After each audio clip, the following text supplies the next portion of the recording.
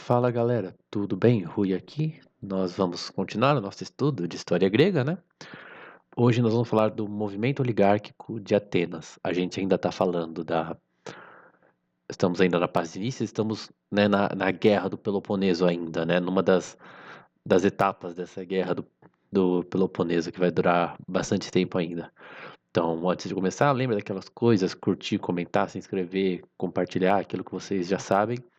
Lembra também de, se você estiver chegando aqui pela primeira vez, procurar no canal ali as nossas playlists. A gente tem estudo sobre lógica, né? Tem uma história inteira da Grécia até esse momento aqui, né?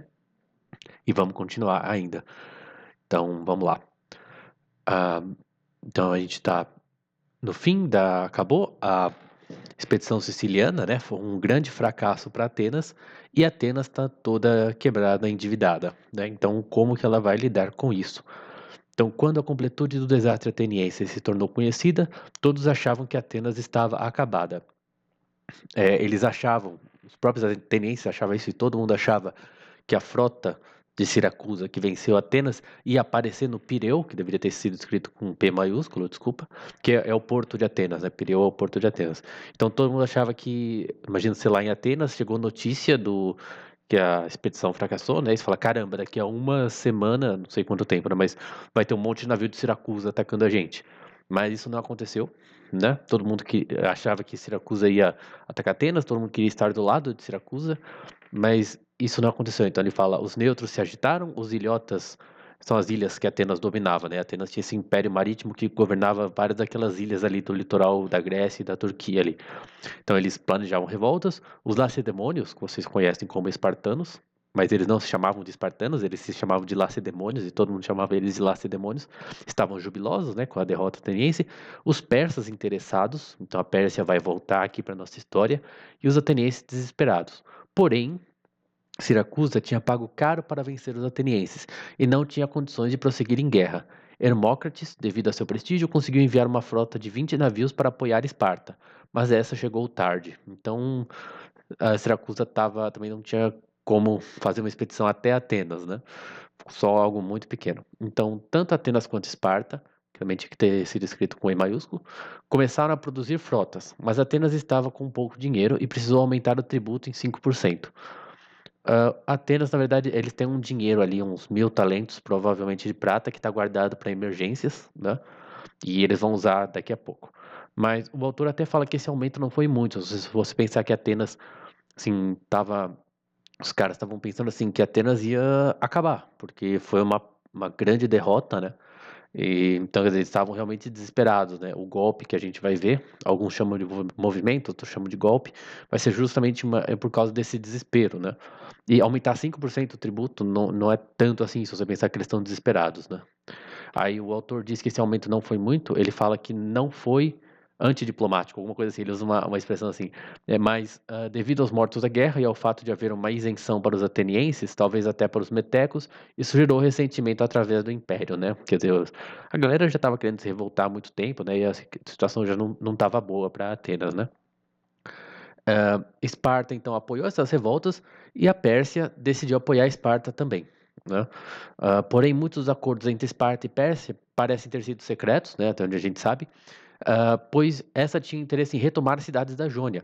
E Esparta reconheceu o direito do rei Dário II a todas as terras que pertenceram ao rei e aos seus antepassados. Ao rei quer dizer ao rei Dário, né? A Dario, desculpa.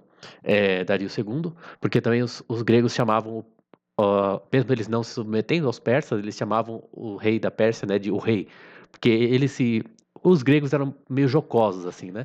Porque ele falava, não, eu sou o rei, né? E ele queria ser o rei de tudo, né? O rei da Pérsia. E eles falavam, o rei, fala pro rei, que não sei o que, porque ele era meio que tirando sarro, porque eles já não tinham muitos reis também e não levavam muito a sério, então eles meio que usavam assim, meio que um escárnio, falar o rei, né?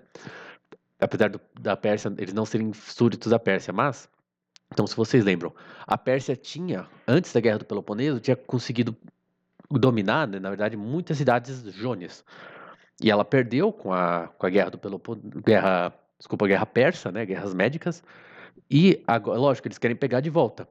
E elas estão agora, essas cidades estão na mão de Atenas, e Esparta está lutando contra Atenas. Então, Essas cidades querem se revoltar, a cidade de Jônias contra Atenas. Esparta quer ajudar elas a se rebelar contra Atenas, mas eles não têm como. Esparta tem uma frota muito fraca e eles também precisam de dinheiro. Então eles vão pedir apoio para os persas. Só que na verdade eles vão vender, digamos assim, né? Eles vão trair, até certo ponto, as cidades. Eu não quero dizer, falar assim tudo em termos muito que eu também não conheço tanto assim, né? Eu só li o que o texto dizia, mas a Esparta cede as cidades jônias para a Pérsia, né? Vende elas para a Pérsia. Quer dizer, os jônios acham que Esparta está vindo libertar eles de Atenas, mas Esparta está falando em segredo para a Pérsia: olha, na verdade você pode ficar com essas cidades se você me ajudar. Porque o importante para Esparta é tirar essas cidades da mão de Atenas, né? Então, se precisa vender elas, digamos assim, para a Pérsia, para a Pérsia ajuda eles aceitaram, né? Vender os gregos para os persas, né? Então, Atenas não subestimou a revolta de Quios e Samos, né? São as duas revoltas importantes aqui, sobretudo a de Samos, né? Vai ter uma frota ateniense que vai ficar estacionada em Samos e ela vai ser muito importante nos conflitos internos de Atenas daqui para frente. Então, os atenienses pegaram os 1.000 talentos que estavam guardados para emergência e aceleraram a produção da frota e conseguiram conter algumas revoltas, né? Então a frota espartana chega e os atenienses têm dificuldade até outubro de 412, quando chegam os reforços. O golpe que a gente vai ver, né, o movimento oligárquico, é também conhecido como o golpe de 411, né, a mudança de governo de 411. Então a gente tá chegando ali, né? Então, vamos falar um pouquinho da política do Tissafernes, que é o sátrapa da Pérsia, né? É o governador, digamos assim, dessa região da Pérsia, ali da Turquia, que está ali próximo aos gregos, né? Que é o cara que está lidando com os gregos. Tissafernes muda sua política com relação a Esparta. Ao invés de deixar que as cidades do rei paguem tributo aos espartanos, o próprio sátrapa é quem vai arcar com as despesas da frota espartana. Então, tipo, em vez de as cidades jônias darem o dinheiro para Esparta, elas dão o dinheiro para Tissafernes e ele dá o dinheiro para Esparta. Mas aí ele controla a frota. Que o que a Pérsia vai querer fazer aqui, a princípio, não vai dar, digamos assim, tempo de fazer isso, mas eles querem, né, eles controlar Esparta. Você tem que dar dinheiro para Esparta lutar contra Atenas, né? Mas também você não quer dar muito dinheiro para Esparta ficar muito forte e depois ser um problema para a Pérsia, né? Você quer dar só o suficiente para ele conseguir lutar contra Atenas, né? E se Esparta ficar muito forte, você começa a dar dinheiro para Atenas, né? E aí os dois vão se desgastando. Um nunca tem força suficiente para vencer o outro e os dois acabam basicamente assim, se matando de cansaço, né? Então isso lhe permite controlar o poder naval de Esparta, porque agora ele que dá o dinheiro para Esparta, o dinheiro passa na mão dele antes de ir para Esparta, de maneira que esse não seja pequeno demais para vencer Atenas, né, nem grande demais para ser uma ameaça contra a Pérsia, é o que eu falei. Nessa estratégia está a mão de Alcibíades. Então, Alcibíades, você lembra, era um dos generais atenienses, né? Ele era um político importante, assim, né? Ele era um cara meio assim, sem muita moral, mas era um grande orador e que convencia muito a massa, né? E então ele tinha convencido a fazer a expedição siciliana, mas eles chamaram, ele foi acusado meio que, não sei se inventaram uma acusação contra ele, né? Mas usaram isso para chamar ele de volta, para ele não poder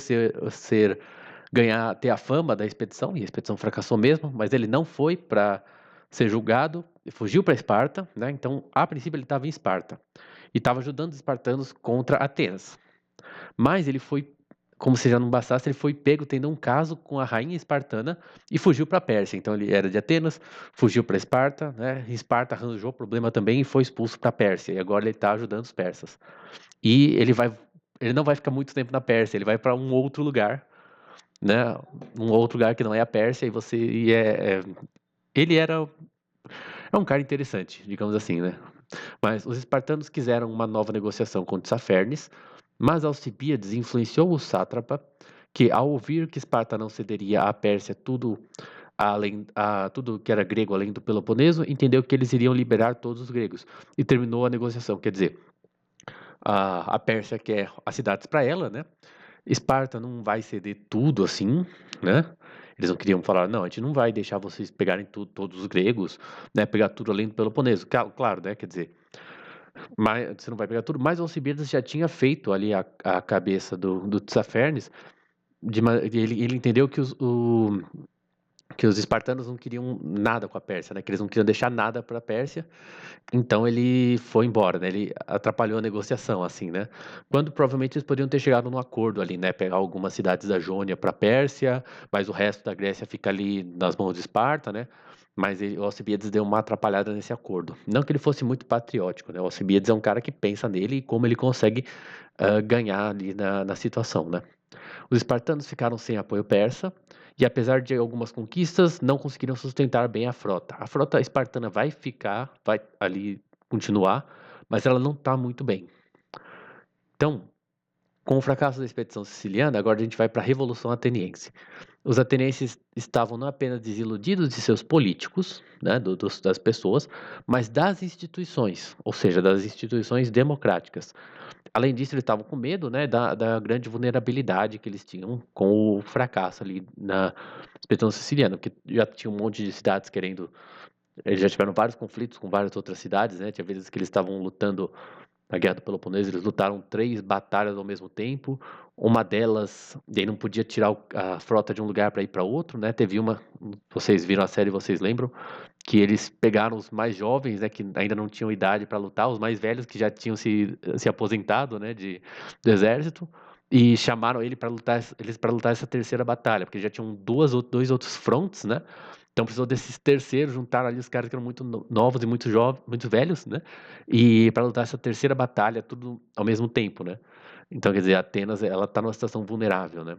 Então eles passaram as decisões para um corpo de 10 homens mais velhos que foram escolhidos por voto geral. Então eles já não estavam vendo que a democracia, eles vamos, bota uns 10 caras ali que a gente sabe que é de boa e deixa eles lá.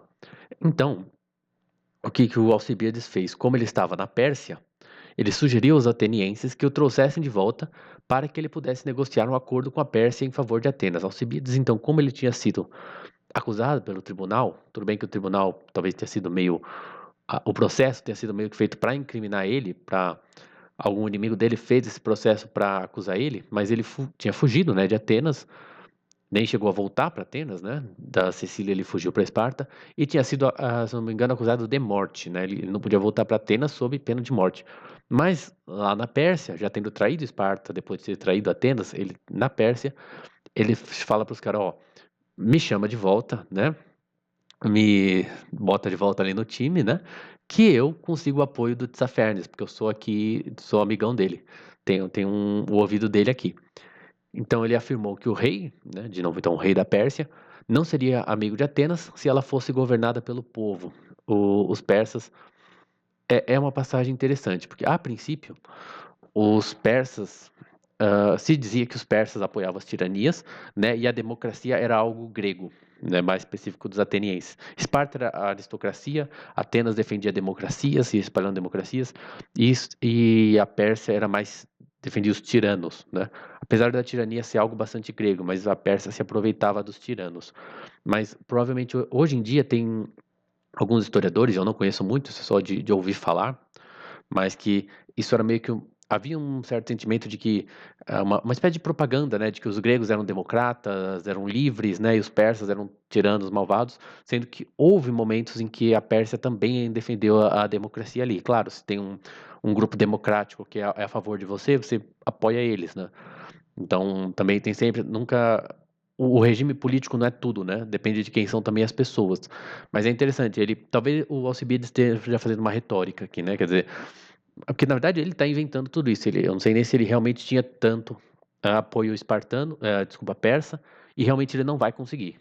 Esse é fato, ele não conseguiu apoio persa. Não sei nem se ele realmente tinha, mas ele vendeu para os caras que ele tinha o apoio da Pérsia.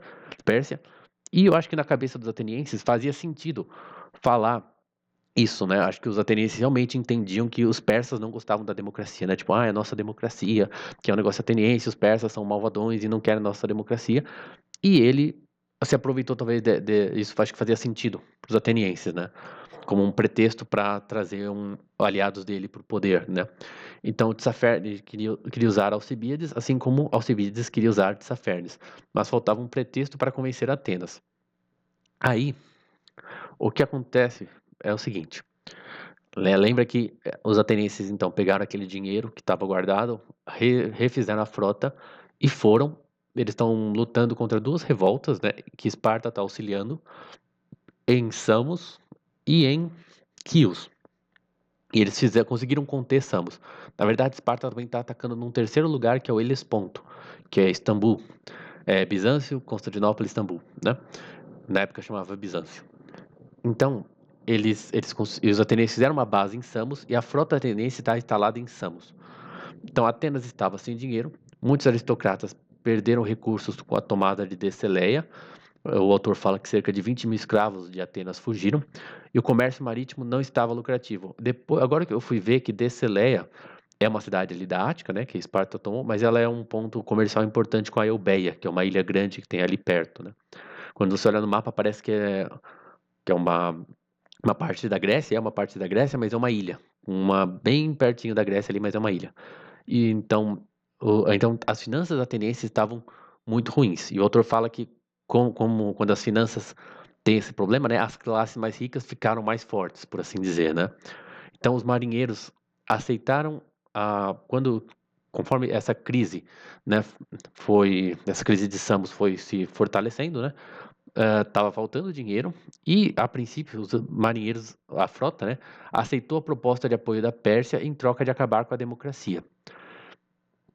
Então, o Tucídides fala pra gente, né, que um dos líderes da frota, que era um tal de Frínico, deu argumentos contra, né?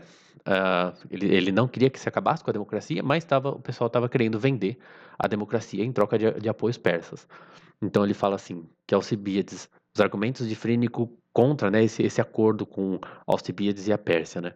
Alcibíades não se importava mais com uma oligarquia do que com a democracia, contanto que pudesse retornar à sua pátria. Quer dizer, Alcibíades queria, porque também ele era um político importante na democracia, né? Tem uma negócio muito homoafetivo de que ele era bonito e aí gostavam dele por isso, mas ele era um cara assim meio superstar assim, né? E era um bom orador, então né, tanto que ele foi eleito general, né? Então ele não era uma pessoa. A democracia também, ele tava de boa lá, né? Ele também era famoso, importante. Então, o que importava para ele era voltar à pátria, né? Esse era o primeiro argumento. Então, a gente não precisava vender a democracia, porque bastava trazer o Alcibiades de volta, que ele não ia se importar, né? Então, a Pérsia não estava em posição de abandonar Esparta e se aliar a eles. Isso é muito interessante, porque realmente a, até aquele momento a frota persa não estava pronta, né? Então, e Esparta era muito fraca em termos marítimos, então a Pérsia não ia passar a ajudar Atenas, então Atenas destruía a frota espartana, e aí se tornava né, perde esse joguinho, né, que a Pérsia podia fazer. Então os aliados sujeitos quer dizer súditos, desculpa, que seria súditos, foi a coisa da tradução. Estavam desertando não porque os atenienses fossem democratas, mas porque eram dominadores, e desertariam ainda mais rápido se ao se tornarem aristocratas, como se propunham os atenienses implantassem aristocracias, né? Acrescentando assim, senhores domésticos aos estrangeiros, que acima de tudo deveriam evitar a dissensão civil.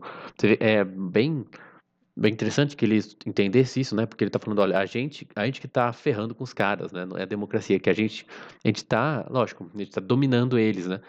Mas é interessante que tem alguns momentos ali, se você gosta um pouco mais de teoria política, assim, né, se fala muito de que quando você tem não uma aristocracia, mas tem um poder local e um poder maior, né? Geralmente a população fica contra o poder local e junto do poder central, digamos assim, né? Isso aconteceu muito. Um exemplo é a Guerra de Independência dos Estados Unidos, né? Sempre, às vezes, assim, o mesmo grupo, se você tentar, por exemplo, por religião, né? Mudando completamente de assunto, sempre o grupo que está no poder, que é mais forte nos Estados Unidos, naquele momento, né, que não era Estados Unidos, as 13 colônias, ele sempre fica contra a Inglaterra, né? E o cara que está abaixo, né, que é o povo, fica ao lado da Inglaterra. Mesmo se você pegar por religião, onde a igreja anglicana, a igreja, sei lá, ah, os puritanos, onde os puritanos são eles que estão no poder, eles ficam contra a Inglaterra. Mas onde eles não estão no poder, nas 13 colônias, né, num outro estado onde eles não estão no poder, eles ficam ao lado da Inglaterra, porque você sempre fica, a população, né, o povo em geral, sempre fica contra o poder local a favor do poder central. Então tem esse jogo ali, né? Mas eles não. Porque nesse caso, então, eles colocariam aristocratas locais e eles poderiam fazer acordos com o povo, né? Meio que contra esses aristocratas locais. É uma estratégia também. Mas realmente eles não fizeram isso e não sei se é tão fácil fazer isso.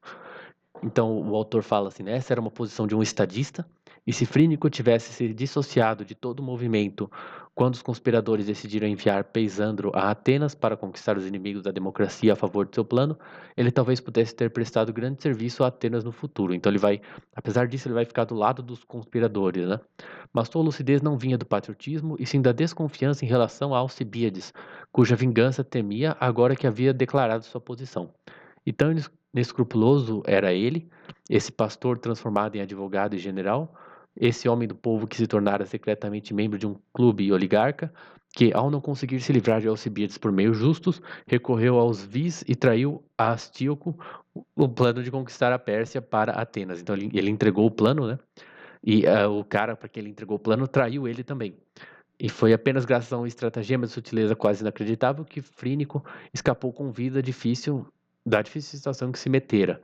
Porque na verdade o que vai acontecer nesse golpe, né, esse autor fala, isso quer dizer, Frínico ficou sabendo do golpe e falou assim, não, vou passar pro meu comandante, né, denunciar o golpe pro meu comandante, mas o comandante também ficou a favor do golpe, né, e o autor fala que em Atenas mesmo, ninguém consegue impedir o golpe porque todo mundo tem medo de que a pessoa para quem você vai criticar, né, esse movimento, né, essa tomada do poder, também faça parte do grupo que está conspirando, porque eles faziam parte de clubes, né, clubes que se uniam para se defender juridicamente. Eu acho que quando uma pessoa era acusada, todas as pessoas do grupo, que era um grupo meio secreto, acusavam a pessoa que tinha atacado eles, né, então eram grupos de proteção, e eles, como eles eram meio secretos, ninguém sabia, você não sabia se o cara para quem você ia denunciar também fazia parte do grupo. E aí você se revela, né, como alguém que está contra o golpe, né? Então rola esses problemas aí, né?